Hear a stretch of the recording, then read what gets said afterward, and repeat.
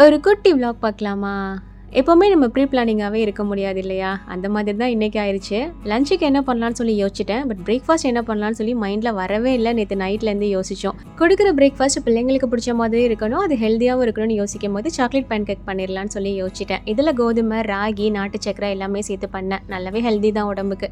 பிள்ளைங்களுக்கு இதை பேக் பண்ணி கொடுத்துட்டு ஹஸ்பண்ட்க்கு என்னடா பண்ணுறதுன்னு யோசிச்சுக்கிட்டே லஞ்சு செய்கிற வேலையும் பார்த்துட்டு இருந்தேன். இன்றைக்கான லஞ்சுக்கு காய்கறி, மட்டன் எலும்புலாம் சேர்த்து எலும்பு தால்ச்சா தான் பண்ணியிருந்தேன். இந்த தால்ச்சாவோட டேஸ்ட் அப்படியே ஒரிஜினல் கல்யாண வீட்டு தால்ச்சா மாதிரியே இருக்கும். இதுக்கு முன்னாடி நிறைய பேர் ட்ரை பண்ணியிருக்கீங்க. நம்ம ஷார்ட்ஸ்லேயும் போட்டிருக்கோம். ஸோ ஷார்ட்ஸோட லிங்க் டேக் பண்ணியிருக்கேன், வேணும்னா செக் பண்ணிக்கோங்க.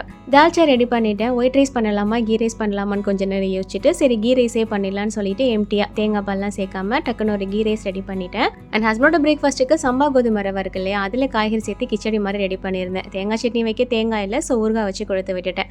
லஞ்சு கொஞ்சமாக அப்பளமும் பொரிச்சு பேக் பண்ணியாச்சு. தேங்க்ஸ் ஃபார் வாட்சிங்.